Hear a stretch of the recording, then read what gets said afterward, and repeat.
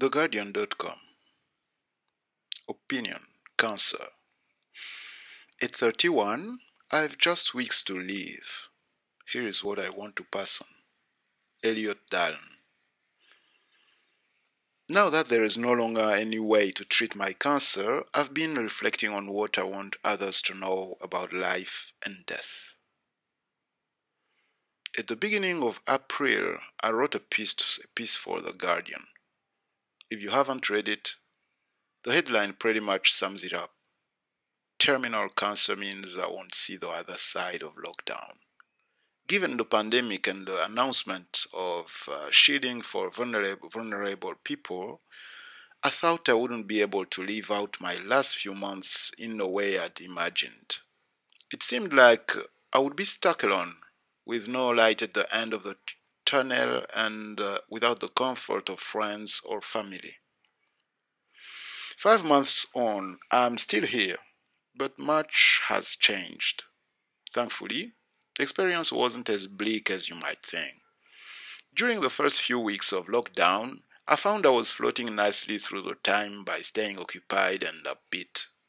In many ways, you can't beat the liberation of being able to wake up when you feel like it, having few plans set in stone, and being able to do whatever you want with the time you have.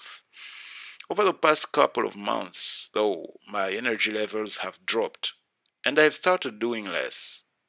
I look drastically different. I've lost a lot of weight. A 20-minute coughing fit is now part of my morning routine while my chest tries to settle itself.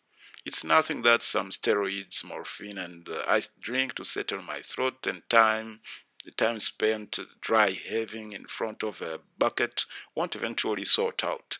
But it can get really distressing, like an intrinsic panic response.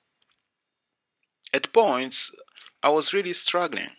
The loneliness of COVID was making me miserable, and I needed company. But my sister came to the rescue at just the right moment. She moved back into our shared flat at the end of June. It made a huge difference, and I don't know where I would be without her. After months of isolation, having a family member close by changed everything. At the same time, out of the blue, I was told I was finally suitable for a drug trial that had been dangled in front of me for more than a year. The oncologist made it very clear that this would not be a magic bullet and the goal would be to extend life by a few months.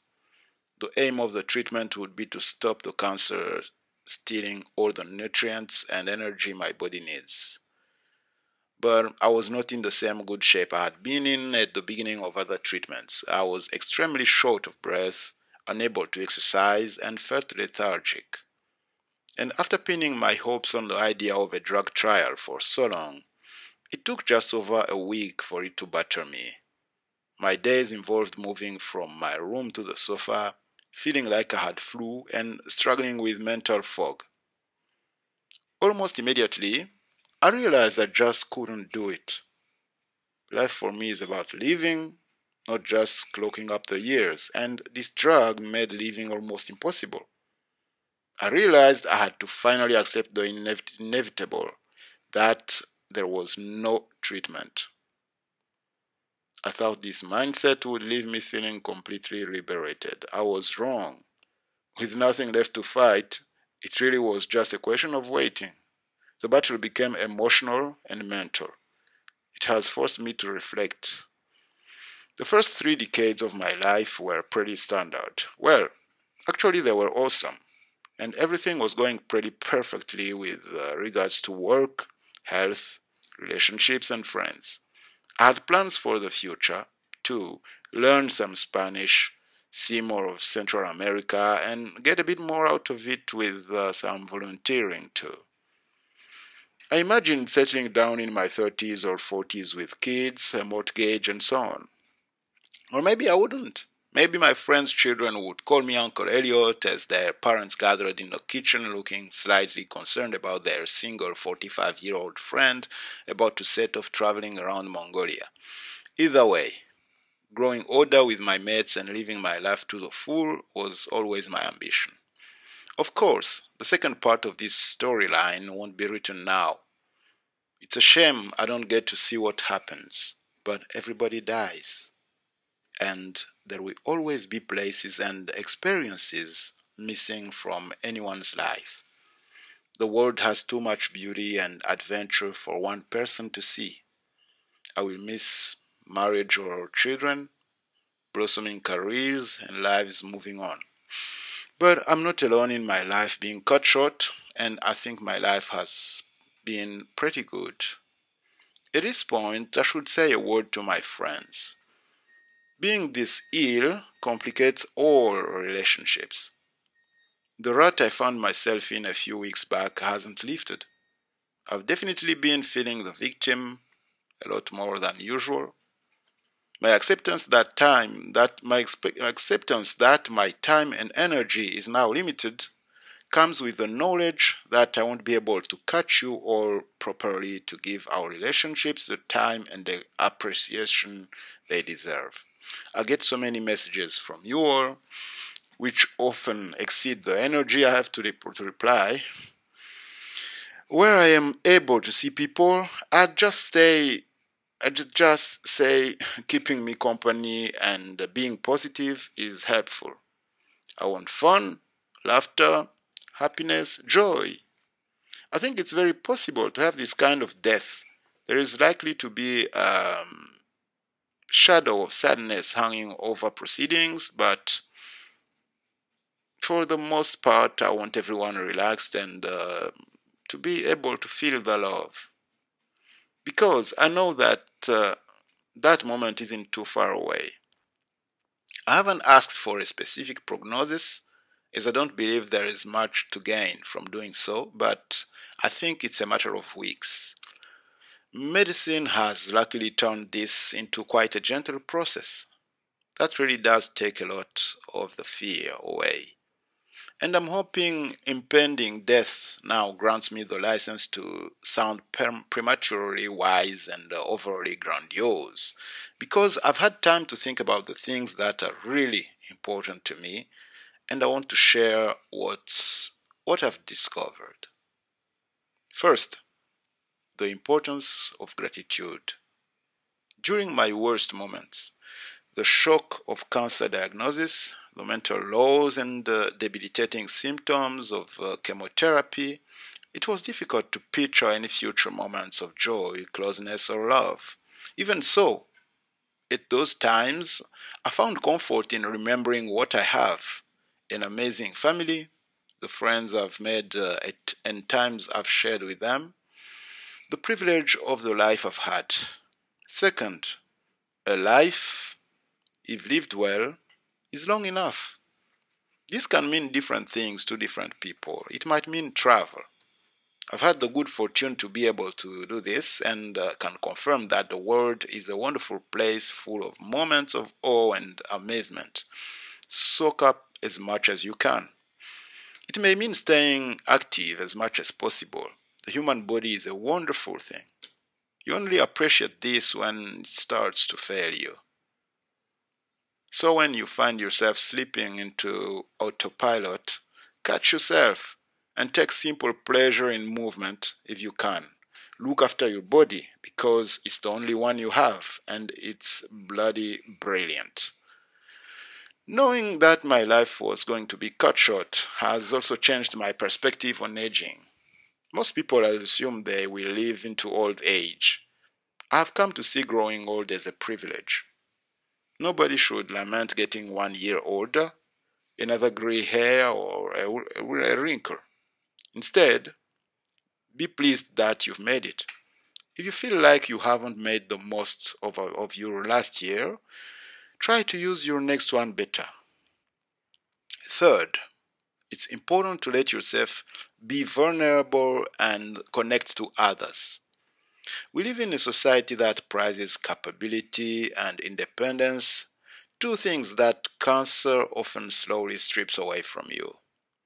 This was naturally a very difficult pill to swallow for a healthy, able late 20-something male, But having to allow myself to be vulnerable and accept help has given me the best 2 years of my life, which was pretty inconceivable at the time of diagnosis. Vulnerability has shown me what phenomenal people my sister and parents are. Words can't do justice to how much they have done for me. The same applies to my friends. What better way is there to spend 2 years than being surrounded regularly and closely by these people? Fourth, do something for others. Against the backdrop of COVID-19, Black Lives Matter and the desperate attempts of migrants to cross the channel, my thoughts really turn to those who have not had my privilege, whether that's by virtue of socioeconomics, ethnicity, or the country I was born in. I always try to remind myself of this. Fifth, protect the planet. I can't leave this off because it's so important. I'll be gone soon, but humanity will still be faced with the huge challenge of reducing carbon emissions and saving habitats from destruction. In my time here, I've been lucky enough to see some natural wonders and understand how precious they are. Hopefully, future generations will be able to say the same, but it will take a massive collective effort. If you ask me what I'd want to leave behind, it would be a new awareness of these things among my friends and anyone who will listen, really. I was astonished by the number of people that responded to my article in April. I now find myself in a position where people are asking me how they can help or what they can do that would make me happy. Apart from the obvious, looking after each other once I've gone, I'm going to push for people to give, be that money or be that money or time. No, I'm going to push for people to give, be that money or time. I've already had so many people ask which causes I recommend, and there are loads. But I'd say any that align with the values I've sketched out above would have my blessing. Among friends and family, there's talk of setting up a small charity in my memory. Despite some very low times, it's worth repeating that the period since being diagnosed has been made not just bearable, but actually fantastic. I've had new experiences that haven't seemed tainted by cancer, and those experiences were, as always, much better shared. In a situation that is pretty new for most of my loved ones and friends, I'm yet to meet anyone I grew up with who has had to deal with cancer or a similar chronic illness at my age. It has been amazing watching them all rise to the challenge. I'm not sure if it's just that I know a high proportion of amazing people, possible, or if most human beings have this capacity for connecting and recognizing what's truly important, very likely. After the gut punch of cancer diagnosis, I've really struggled to define a purpose for my own life. I found in time this came naturally. Life is for enjoyment. Make of it what you can. Elliot Dallen is from Cardiff and lives in London. He was diagnosed with adrenocortical carcinoma in 2018, aged 29. For details of the charity being set up in Elliot's memory, please visit www.elliotdallentrust.org.